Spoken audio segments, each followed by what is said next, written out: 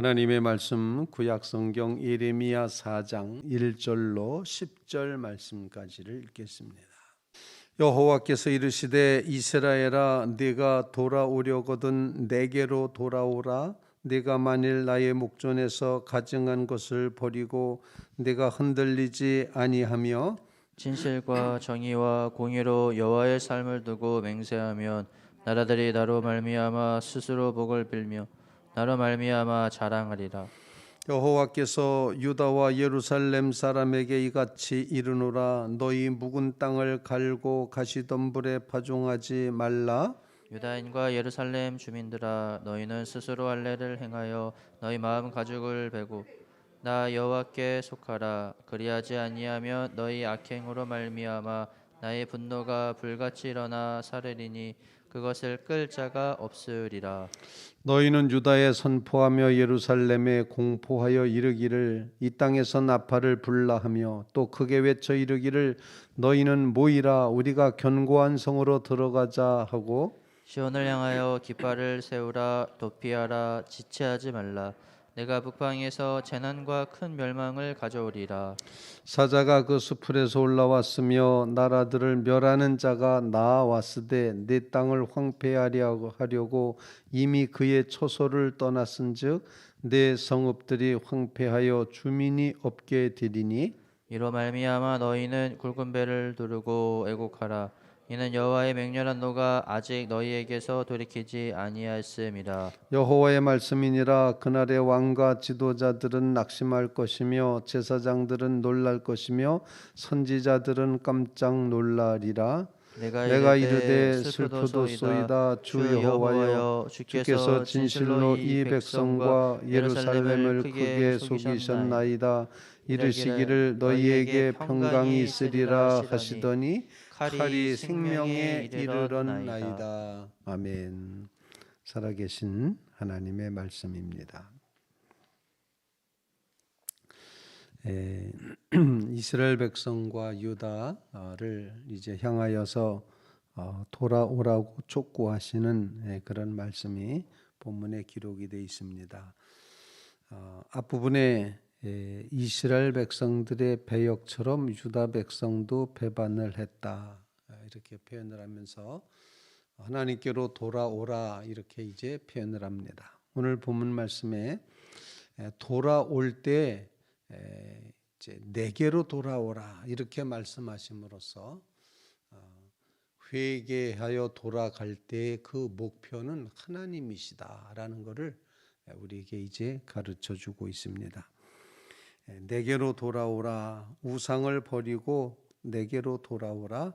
1절 말씀에 이스라엘아 내가 돌아오려거든 내게로 돌아오라.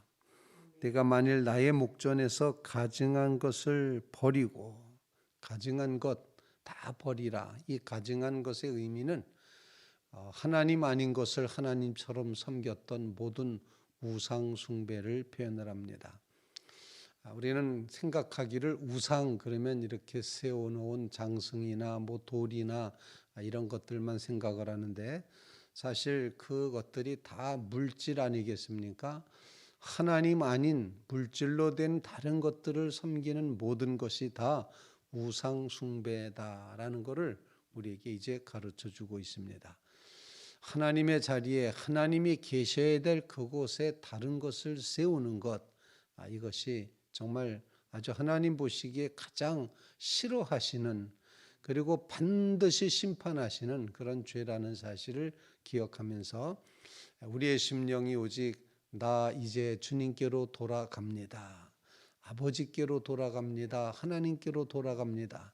내게로 돌아오라고 하셨사오니 나의 회개의 목적, 회개의 그 지향점, 우리가 가서 반드시 만나 뵈야 될 분, 바로 하나님 한 분뿐이십니다.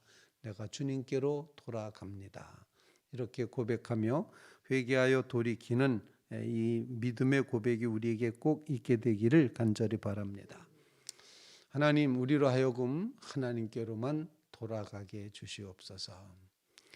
잘못 돌아가면 안 된다는 것이죠.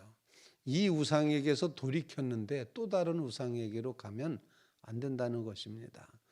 이 우상에게서 돌이켜서 자기를 우상 삼아서 거기로 또 이제 가도 안 된다는 것입니다.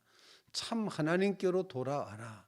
참 하나님께로 돌아가는 역사, 하나님만이 우리의 이 돌아갈 목표점이 된다는 것을 오늘 본문이 가르쳐주고 있습니다. 그러므로 하나님, 우리가 돌이킬 때 하나님만을 향하여 돌이키게 해 주시옵소서. 하나님을 향하여 우리의 마음을 돌이킵니다. 이런 신앙 고백으로 주님을 향하는 믿음의 성도들 다 되시기를 주님의 이름으로 부탁을 드립니다. 집을 떠나서 모든 것을 다 허랑방탕하게 탕진했던 그 아들이 돌아갈 때 목표점이 있지 않았습니까? 그것은 바로 아버지 집이었습니다. 하나님께로 돌아가는 것이었습니다. 아마 그가 갔던 그 길은 집을 떠나갔던 길이만큼, 그 시간만큼, 이제 떠났던 시간만큼 걸려서 돌아갔을 것인데, 걷는 발걸음, 이 둘째 아들의 마음속에 이거 내가 돌아가야 되나, 그냥 내 인생을 마감하고 말아야 되나, 뭐 수많은 생각을 했을 것입니다. 또 다른 누구, 형제 어디 누구를 좀 찾아가 볼까, 은행이라도 좀 가볼까, 뭐 이렇게 생각하면서 수많은 생각을 했겠지만, 그가 아버지께로 돌아갔기 때문에 이제 구원을 얻게 되고, 아버지 집이 정말 참 자유구나 이걸 깨닫고, 아버지 집이 정말 은혜구나를 깨달았던 그런 모습을 보여주고 있습니다. 여러분의 삶 속에 하나님께로 돌아감으로 그 하나님 아버지 집이 이제 하나님의 교회에서 주시는 놀라운 축복을 마음껏 누려가는 주의 성도들 꼭 되시기를 주님의 이름으로 부탁을 드립니다. 아버지께로 돌아가게 해주시, 목표가 분명해야 됩니다. 돌아가는데 딴 데로 돌아가서는 안 된다는 겁니다. 이 우상에게서 저 우상으로 옮겨서는 안 된다는 것입니다. 하나님께로 돌아가는 성도들 꼭 되시기를 간절히 바랍니다. 두 번째로, 돌아가는데 조건이 있습니다. 어떤 조건을 오늘 하나님께서 말씀해 주시는 거 아니, 여호와의 살아계심을, 그것을 근거로 해서, 그래서 오늘 본문 2절 말씀에 보면 진실, 정의, 공의로 여호와의 삶을 두고 맹세하면 나라들이 나로 말미암아 스스로 복을 빌며 나로 말미암아 자랑하리라, 이렇게 말씀하십니다. 주님의 살아계심을 두고 진리와 공평과 정의로 이제 이렇게 마음의 결심을 하고 서약을 하고 그리고 살아가면은, 그러면 세계 만민들이 이제 하나님께로 향하고 나도 그들에게 복을 줄 것이다, 이렇게 표현을 합니다. 돌아가는데, 돌아가면서 그냥 돌아가는 것이 아니라 철저한 회개 속에 돌아가라. 그래서 정말 마음속에 하나님의 살아계심을 두고, 하나님의 살아계심을 두고라는 이 여호와의 삶을 두고라는 표현을 성경에서 자주 읽게 되는데, 주로 맹세할 때 사용하는 말입니다. 내가 하나님의 살아계심을 두고 맹세하는데 정말 나 이렇게 할 것이다, 또는 이렇게 될 것이다, 이렇게 표현하는 그런 장면입니다. 여호와의 삶을 두고, 살아계신 하나님을 두고 우리는 진실함으로, 정의로, 공평으로 주님께로 돌아가야지 된다. 하나님께서 다시 말씀하십니다. 그 다음 9절 4절 말씀에 보면은 유다인과 예루살렘 주민들아, 너희는 스스로 할례를 행하여 마음 가죽을 베고 내 여호와께 속하라. 그리하지 아니하면 너희 악행으로 말미암아 나의 분노가 불같이 일어나 서르리니 그것을 끌 자가 없으리라. 돌아가되 회개하라는 것입니다. 진실하고 진리와 또한 정의와 공평으로 나아가라 표현하고, 이제까지 가지고 있었던 모든 욕심을 다 베어버리라, 마음의 할례를 받아라, 이렇게 이제 말씀하시면서 불필요한 것을 제거하는 역사, 잘못된 죄악을 돌이키는 역사, 회개의 역사로 하나님 앞에 회개함으로 돌아가야지 된다는 것을 가르쳐주고 있습니다.